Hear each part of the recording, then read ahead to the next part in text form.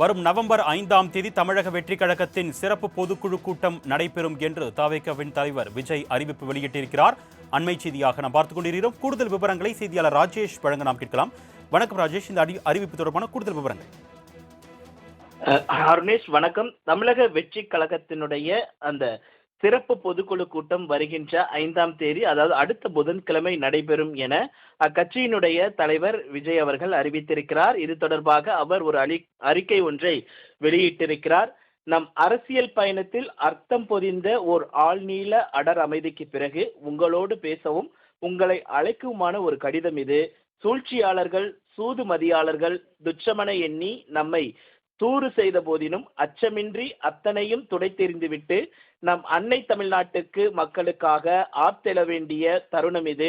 தமிழக வெற்றி கழகத்தின் படைக்கலன்களாக நீங்கள் இருக்கையில், நம்மை காக்கும் கவசம் நம் தமிழ்நாட்டு மக்கள் இருக்கையில், அவர்களோடு நமக்குள்ள உறவை அவர்களுக்கான குரலாக தொடரும் நம் வெற்றி பயணத்தை எவராலும் தடுக்க இயலாது. இதை நாம் சொல்ல வேண்டியது இல்லை. கடந்த ஒரு மாத காலமாக தமிழக மக்களே இதை மௌன சாட்சியாக உலகிற்கு உரைத்து கொண்டிருக்கின்றனர். சூழ்ச்சிகளாலும் சூதுகளாலும் நம்மை வென்றுவிடலாம் என்று கனவு காணும் எதிரிகளும் இதை உணர்ந்தே உள்ளனர். கள நிலவரம் நம்மை ஊக்குவிப்பதாக இருக்கையில்தான் நமது அடுத்த அடியை இன்னும் நிதானமாகவும் அளந்தும் தீர்க்கமாகவும் நாம் எடுத்து வைக்க வேண்டும். இத்தகைய சூழலில் கழகத்தின் அடுத்த கட்ட தொடர் நிகழ்வுகள் மற்றும் செயல்பாடுகள் குறித்து விவாதிக்க வேண்டும்.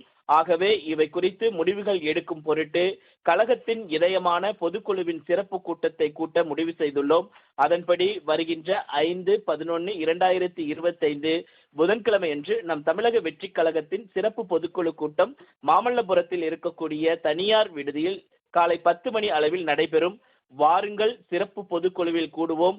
வருங்காலம் நமதென்று காட்ட தீர்க்கமாய் திட்டமிடுவோம். நல்லதே நடக்கும். வெற்றி நிச்சயம். தோழமையுடன் உங்கள் விஜய் என்று அந்த அறிக்கையில் அவர் குறிப்பிட்டிருக்கிறார். அருணேஷ், உங்களுடைய விரிவான தகவலுக்கு நன்றி ராஜேஷ்.